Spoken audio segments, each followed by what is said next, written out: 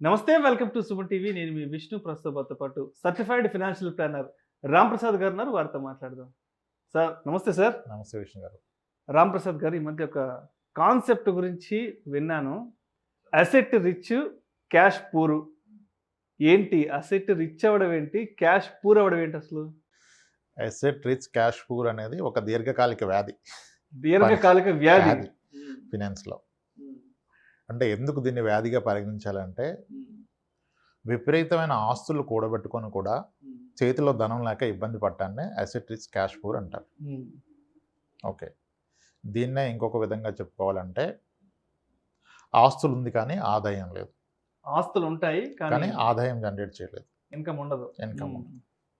Okay, తెలుగులో మనకు కూడా చెప్తారు, ఆస్తిపరుడు ధనవంతుడు, ఈ రెండింటికి మధ్య చాలా వ్యత్యాసం ఉంది. ఎవడు హ్యాపీగా ఉంటాడు? ఆస్తున్నోడు హ్యాపీగా ఉంటాడా, ధనం ఉన్నోడు హ్యాపీగా ఉంటాడా? చేతులు ధనం ఉండాలి. ధనం ఉంటే హ్యాపీగా. Power is in cash. Cash ఉన్నోడే పవర్. ఎందుకంటే ఆస్తి మధ్య మధ్యలో కొరుక్కొని తిన్నాం, కట్ చేసుకుని తిన్నాం కదా. సో ధనం ఉన్నవాడు ధనవంతుడు, ఆస్తి ఉన్నవాడు ఆస్తిపరుడు. ఎంత ఆస్తి ఉన్నప్పటికీ ధనం లేకపోతే వాడు దరిద్రుడే. ఎందుకంటే చెప్పుకోవడానికి నాకు కొన్ని కోట్ల ఆస్తుందని చెప్పుకుంటారు. అవకాశం దొరికిన ప్రతిసారి చెప్పుకుంటారు, మా తాతగారు ఇచ్చిన 10 కోట్లు ఉంది, మాకు ఇక్కడ ఈ అసెట్ ఉంది, అక్కడ ల్యాండ్ ఉంది, మెయిన్ రోడ్డు మీద ఉంది, అది ఉంది, ఇది ఉంది. కానీ ఒక 4,000 5,000 అప్పు అంటే అవతల వ్యక్తి ఏమనుకుంటాడు? ఎందుకంటే ఇతని ఆస్తి వలన ఎవరికి వచ్చే ఉపయోగం ఏమీ లేదు కదా. ఇంత ఆస్తుండి కూడా అప్పడిగితే అంతే కదా. ఆయన గురించి ఎదుటి వ్యక్తి ఏమనుకుంటాడు? ఎందుకంటే మీ ఆస్తి వలన ఎదుటి వ్యక్తికి వచ్చేది ఏం లేదు, మీ దగ్గర డబ్బులు ఉంటే ఎదుటి వ్యక్తికి ఉపయోగం. ఓకే, ఈ కాన్సెప్ట్ ఎందుకు అసెట్ రిచ్ క్యాష్ పూర్ అన్నారంటే, many people are struggling with this challenge. ఆస్తులు ఎంతవరకు కూడబెట్టినప్పటికీ ఆదాయం లేక ఇబ్బంది పడుతూ ఉంటారు. మన అవసరాలు తీర్చలేని ఆస్తులు మనకెందుకు? మన అవసరాలు తీర్చలేని ఆస్తులు ఉన్న అవసరానికి ఆదుకోలేవు. ఇప్పుడు కొన్ని ప్రొఫెషన్స్ ఉన్నాయి, కొన్ని ప్రొఫెషనల్స్ ఎవరైతే రెగ్యులర్ ప్రాక్టీస్లో ఉంటారో వాళ్ళకి మెజారిటీ ఆఫ్ ది ఫీజ్ కానీ ఇన్కమ్ కానీ క్యాష్ రూపంలో వస్తుంది. ఓకే, అప్పుడు ఆ క్యాష్ని కంఫర్టబుల్గా క్యాష్ని ఎక్కడ ఇన్వెస్ట్ చేయాలో అక్కడ ఇన్వెస్ట్ చేస్తూ పోతారు. వాళ్ళకి ఎప్పుడైతే జీవితంలో పిల్లల హైయర్ ఎడ్యుకేషన్ నిమిత్తం ఒక పెద్ద అమౌంట్ అవసరం పడుతుంది, కానీ ఆ ఇన్స్టిట్యూట్ అతనేమో అది వైట్లో తీసుకుంటారు, హార్డ్ క్యాష్ తీసుకోరు. మరి అప్పుడు చెప్పుకోవడానికి ఎంత ఆస్తులు కూడబెట్టినా, చేతిలో డబ్బులు కరెన్సీ నోట్లు ఉన్నా మీరు దాన్ని ఉపయోగించుకోలేరు కదా. అప్పుడు స్ట్రగుల్ అవుతారు. ఓకే, అప్పుడు ఏంటంటే ఇప్పుడు ఆస్తులు కూడబెట్టారు. కొన్ని ప్రొఫెషన్స్ ఉంటాయి, కొన్ని ప్రొఫెషన్స్ రెగ్యులర్గా ప్రాక్టీస్ చేస్తారు. వాళ్ళదేం బ్లాక్ మనీ కాదు, కానీ అన్అకౌంటెడ్ మనీ. రెగ్యులర్గా మనీ వస్తుంది, ఇచ్చే ప్రతి ఒక్కళ్ళు క్యాష్ రూపంలో ఇస్తే, ఎవరు వచ్చిన క్యాష్ విపరీతంగా రోజుకు ఒక 10,000 ఆదాయం ఉన్న వ్యక్తి ప్రాక్టీస్ ద్వారా దాన్ని తీసుకెళ్ళి బ్యాంక్లో డిపాజిట్ చేయరుగా. చేస్తే ఇన్కమ్ ట్యాక్స్ 30% కట్టడం ఎవరికి మనస్ఫూర్తిగా ఇష్టం ఉంటుంది. అందుకని దాన్ని నెమ్మదిగా ఆ క్యాష్ని క్యాష్ రూపంలో ఎక్కడ ఇన్వెస్ట్ చేయగలరో అక్కడ ఇన్వెస్ట్ చేస్తారు. భారీ క్యాష్ ఇన్వెస్ట్ చేయాలంటే ఉన్న ఒకే ఒక మార్గం ఏంటి? Real estate. రియల్ ఎస్టేట్లో కూడా అన్ని రియల్ ఎస్టేట్లో మీరు క్యాష్ తీసుకోరు. ఇప్పుడు మీరు ఒక ఇల్లు కొనాలి, ఒక కమర్షియల్ ఫ్లాట్ కొనాలి, ఒక 2 డబుల్ బెడ్రూమ్ ఫ్లాట్ కొనాలి అంటే గవర్నమెంట్ వాల్యూ వరకు మీరు ట్రాన్సాక్షన్ రికార్డ్ అయిపోతుంది, పాన్ లింక్ చేస్తారు. అందుకనే ప్రిఫరబుల్లీ ఈ గవర్నమెంట్ వాల్యూ కట్టాల్సిన అవసరం కూడా లేకుండా ల్యాండ్స్ కొంటారు.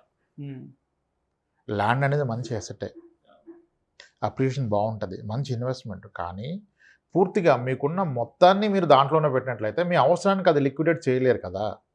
చేసిన పక్షంలో మీకు వచ్చేది కూడా క్యాషే వస్తుంది. వైట్ ట్రాన్సాక్షన్ ఎవరు తీసుకుంటారు? అవసరానికి అమ్ముకోలేము. అమ్ముకున్నా మీకు వైట్ క్యాష్ అనేది రాకపోవచ్చు. ఇప్పుడు కొన్ని ప్రొఫెషన్స్ లైక్ డాక్టర్స్ ఒక 30 ఏళ్ళగా 40 ఏళ్ళగా ప్రాక్టీస్ చేస్తున్నారు, 25 ఏళ్ళగా ప్రాక్టీస్ చేస్తున్నారు, అద్భుతమైన ఇన్కమ్ ఉంది, చాలా కష్టపడతారు రోజంతా. ఆబ్వియస్గా ఆస్తులు కూడా పెట్టారు. కానీ ఇప్పుడు వాళ్ళ పిల్లల్ని మెడిసిన్ జాయిన్ చేయాలి మేనేజ్మెంట్ కోటాలో అంటే, లేదా మెడిసిన్ అయిపోయింది పీజీ ఎండీ జాయిన్ చేయాలి అంటే ఫీజులు 4-5 కోట్ల రూపాయలు ఉంది ఎండీకి. ఇప్పుడు ఇంత ఆస్తి పెట్టుకొని పిల్లల్ని మళ్ళీ లాంగ్ టర్మ్ స్ట్రగుల్ చేయడం ఎందుకు? ఆ డబ్బు కడితే అయిపోద్ది కదా. కానీ 40 కోట్లు ఆస్తి ఉన్న వ్యక్తి కూడా 4 కోట్లు వైట్ అమౌంట్ లేదు అండ్ రాదు కూడా. ఇప్పుడు 10 కోట్ల ప్రాపర్టీ అమ్మితే 10 కోట్లు వైట్ ట్రాన్సాక్షన్ చేసి కొనగలిగే సత్తు ఉన్న వాళ్ళు ఎంతమంది ఉన్నారు స్టేట్లో? సో కాబట్టి అసెట్స్ కూడబెట్టుకోండి, కానీ లిక్విడిటీని కూడా దృష్టిలో పెట్టుకోండి. ఒక అసెట్ ఉంటే, ఇంకొక ఎగ్జాంపుల్ చెప్తాను. ఈ మధ్య ఒక క్లయింట్ వచ్చారు. ఆయన ఒక చిన్న మెడికల్ ఫీల్డ్లోనే చేస్తారు, చాలా తక్కువ సాలరీ. Is around 50 years. ఇద్దరు పాపలు ఉన్నారు. వాళ్ళిద్దరికి మంచి ఎడ్యుకేషన్ చదివిస్తున్నారు. ఆయన మేనేజ్మెంట్ కోటాలో చదివిస్తున్నారు. ఆయన దగ్గర ప్రాబ్లం అంటే ఆయన జీతానికన్నా ఆయన కడుతున్న ఫీజు ఎక్కువ. జీతం కంటే కూడా ఫీజు ఎక్కువ కట్టే ఫీజు ఎక్కువ కడుతున్నారు. Hmm. అందుకోసం ఏం చేస్తున్నారు, ఆయన అప్పులు చేయడం మొదలుపెట్టారు. ఆబ్వియస్గా ఇంకా అదే జరుగుతుంది. పిల్లల్ని భవిష్యత్తులో సెటిల్ చేయాలి కాబట్టి క్వాలిటీ ఎడ్యుకేషన్ అనుకున్నాడు. ప్రైవేట్ ఇన్స్టిట్యూట్స్లో మేనేజ్మెంట్ కోటాల్లో ఎక్కువ ఫీజులు కట్టి జాయిన్ చేస్తారు. ఓకే, ఇప్పుడు వచ్చే ఇన్కమ్ సరిపోవట్లేదు కనుక అప్పులు చేస్తున్నారు. అసలు అప్పులు చేయటం ఏంటి సార్, మీకు ఆస్తులు ఏమున్నాయంటే ఆస్తులు ఉన్నాయి. ఏమున్నాయంటే 3 plots ఉన్నాయి.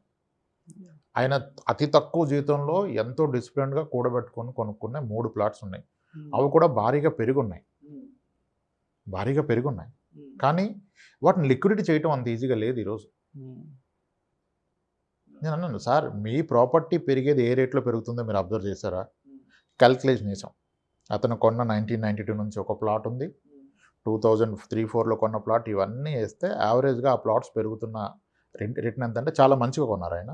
12% పెరుగుతున్నాయి. 12% పర్ ఇయర్ పెరుగుతుంది. అంటే ప్రతి 6 ఏళ్ళకి అతను కొన్న ప్లాట్ విలువ రెట్టింపు అవుతుంది, which is very good return. 6 ఏళ్ళకి మీకు ఖచ్చితంగా రెట్టింపోయిందన్న గ్యారంటీ ఎక్కడ లేదు. మ్యూచువల్ ఫండ్స్లో అవ్వదు, స్టాక్స్లో కూడా గ్యారంటీ లేదు. కానీ మీకు రియల్ ఎస్టేట్ అవుతుంది కదా, 6 ఏళ్ళకి రెట్టింపు అవుతుంది. సో చాలా ప్లాన్గా ఆయన కొన్నారు. ఇప్పుడు ఆయనకు వచ్చిన అనుమానం ఏంటంటే, ఆయన ఫ్రెండ్ ఇంకొక ఆయన 2 అమ్మాయిలను పెట్టుకొని సేమ్ ఇదే కాన్సెప్ట్లో ఉన్న వ్యక్తి, పెద్ద అమ్మాయికి సడన్గా మ్యారేజ్ సెటిల్ అయింది. అతను ఇప్పుడు ప్లాట్ అమ్ముదామని వెళ్ళారు. ఆయనకున్న 2 plots, ఒకటి పెద్ద ప్లాట్, ఒక చిన్న ప్లాట్. చిన్న ప్లాట్ ఒక వెంచర్లో కొన్నారు, దానికి ఏం ప్రాబ్లం లేదు. పెద్ద ప్లాట్కి ఇప్పుడు లీగల్ షార్ట్ ఫాల్స్ ఇప్పుడు దొరికాయి ఆయనకి. లీగల్గా కొన్ని డాక్యుమెంట్ షార్ట్ ఫాల్ ఉన్నాయి, లింక్ డాక్యుమెంట్స్ మిస్సింగ్ ఉన్నాయి. ఇప్పుడు అంత ప్రాపర్టీని, ఒక 60 లక్షల ప్రాపర్టీని ఒక డాక్యుమెంట్ మిస్ అయితే ఎవరు తీసుకుంటారు ఈరోజు?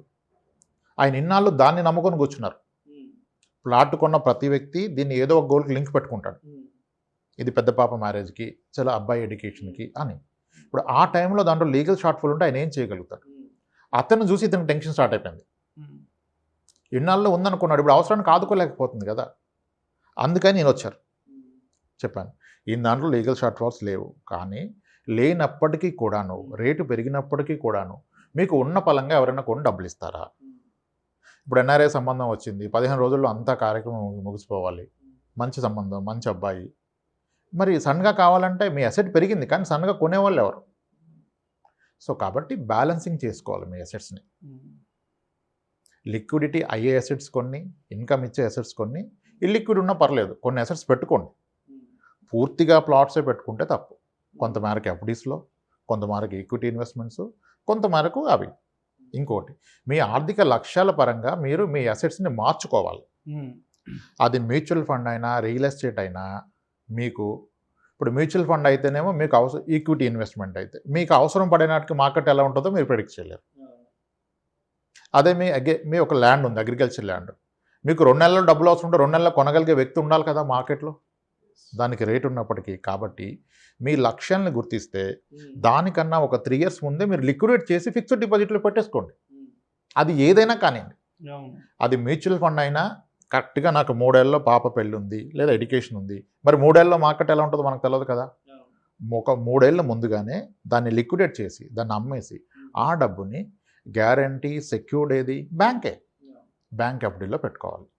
లేకపోతే సడన్గా మీకు రిక్వైర్మెంట్ వస్తే అది మీకు అందుబాటులోకి రాదు.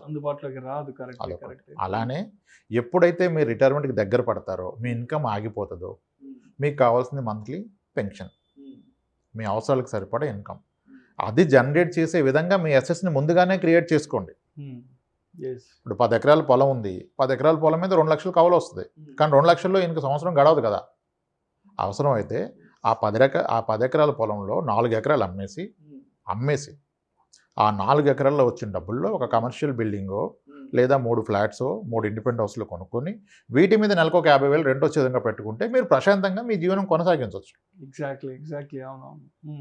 ఇప్పుడు అగ్రికల్చర్ ల్యాండ్స్ కూడా 40 లక్షలు పైమాట ఉన్నాయి. ఇప్పుడు నాకు ఉంది 10 ఎకరాలు 4 కోట్లకి ఆసామని అని చెప్పుకుంటే నీకు ఆదాయం ఎక్కడిది? నెల వాటి మీద రెవెన్యూ రాదు కదా, ఇన్కమ్ రాదు. ఏదో సంవత్సరానికో 2 ఏళ్ళకో వస్తుంటుంది. మీ అసెట్స్ అనేవి ఇన్కమ్ జనరేటింగ్ అసెట్స్ అయి ఉండాలి, అండ్ లిక్విడిటీ వచ్చే అవకాశం వచ్చి ఉండాలి. మీ అవసరానికి ఆదుకునే విధంగా ఆదుకునే ఉండాలి. విధంగా ఉండాలి. ఆ. ఇప్పుడు 60,000 వచ్చిన వ్యక్తి ఇంకా నేను కూడబెట్టాను 50 కోట్లు అలాగే ఉంచుతాను నా ఆస్తులు పెరుగుతున్నాయంటే ఉపయోగం లేదు. ఉపయోగం లేదు. 60,000 వచ్చిన వ్యక్తికి నెలకి 2 లక్షలు వస్తే హ్యాపీగా లైఫ్ లీడ్ చేయగలుగుతారు. అంటే ఎవరి అవసరాలను బట్టి అది. ఒకదాని 2 లక్షలు కావచ్చు, ఒకదానికి 50,000 కావచ్చు. ఇప్పుడు చాలామంది చూస్తాం హయ్యర్ ఇన్కమ్లో ఉంటారు, డైరెక్టర్ లెవెల్లో పనిచేస్తారు, వాళ్ళ లాస్ట్ డౌన్ సాలరీ లక్షల్లో ఉంటుంది. రిటైర్మెంట్ తర్వాత కూడా నెలకి ₹1,00,000 ఖర్చు ఉంటుంది. డ్రైవర్ అవసరం, కార్ అవసరం, ఇంకా ఫ్రెండ్స్ని ఎక్కువగా కలుస్తారు, వాళ్ళు చాలా ఎక్కువగా ఎంజాయ్ చేస్తారు. అప్పుడు ఖర్చులు ఏం తగ్గవు, పోస్ట్ రిటైర్మెంట్ ఖర్చులు ఏం తగ్గవు, పెరుగుతాయి. మరి అప్పుడు ఇన్కమ్ ఆగిపోయింది కదా, అక్కడ శాలరీ ఇన్కమ్, అది ఆగిపోయే నాటికి మీరు వేరే ఇన్కమ్ సోర్స్ క్రియేట్ చేసుకోవాలి. ఆస్తులను కూడబెట్టేసుకొని లిక్విడిటీ లేకుండా ఉంటే ఇబ్బంది. This is called asset rich cash flow. మీ అవసరానికి ఆదుకునే విధంగా ఉన్న ఆస్తులు మాత్రమే కూడబెట్టుకోండి. ప్రిఫరబుల్లీ ప్రతి ఆస్తి ద్వారా ఆదాయం వచ్చే మార్గాలే పెట్టుకోండి. ఆదాయం రాని ఆస్తిని పెట్టుకోవద్దు. పెరగొచ్చు, ఎంత పెరిగినా మీ అవసరానికి ఆదుకోకపోతే పెరిగి మాత్రం ఉపయోగం ఏముంది? మన తాత పెట్టుకున్నాడు, మన నాన్నగారు పెట్టుకున్నారు పొలాన్ని, నేను పెట్టుకుంటాను, నా కొడుకు పెట్టుకుంటాడు, ఉందని చెప్పుకోవటానికే, అవసరానికి వాడుకోవటానికి. అలానే మొత్తం అమ్మేసేయండి అని చెప్పట్లేదు. Okay, so liquidity is the key అండి. అసెట్ రిచ్ క్యాష్ పూర్ అంటే ఆస్తులు ఫుల్, ఆదాయం నిల్లు. ఆదాయం లేని వాళ్ళు ఎలాగో స్ట్రగుల్ అవ్వాల్సిందే. ఆ స్ట్రగుల్ నుంచి బయటపడాలంటే మీ ఆస్తుల నుంచి ఆదాయాన్ని సమకూర్చుకోండి, లేదా ఆస్తులు తీసేసైనా కొంతమేరకు దాన్ని ఏ బ్యాంకులోనో పెట్టి వడ్డీ రూపాయనన్నా మీరు ఆదాయాన్ని సమకూర్చుకోండి. లేకపోతే లైఫ్ లాంగ్ స్ట్రగుల్ అవుతూనే ఉంటారు. ఇది చాలామంది స్ట్రగుల్ అవుతున్నారు. ఎడ్యుకేటెడ్, ఇన్కమ్ ఉంది, ఆస్తులు ఉన్నాయి, కానీ ఆదాయం లేదు, నెలవారీ ఖర్చులకు ఎదుక్కుంటే ఎలా? ఎస్ సార్, అలా ప్లాన్ చేసుకోవాలి. Thank you sir. Thank you so much Ramprasad గారు. అసెట్స్ రిచ్ క్యాష్ పూర్ అనే కాన్సెప్ట్ గురించి చాలా క్రిస్టల్ క్లియర్గా మన ఆడియన్స్కి ఎక్స్ప్లెయిన్ చేశారు. Thank you so much sir. Thanks అండి విష్ణు గారు.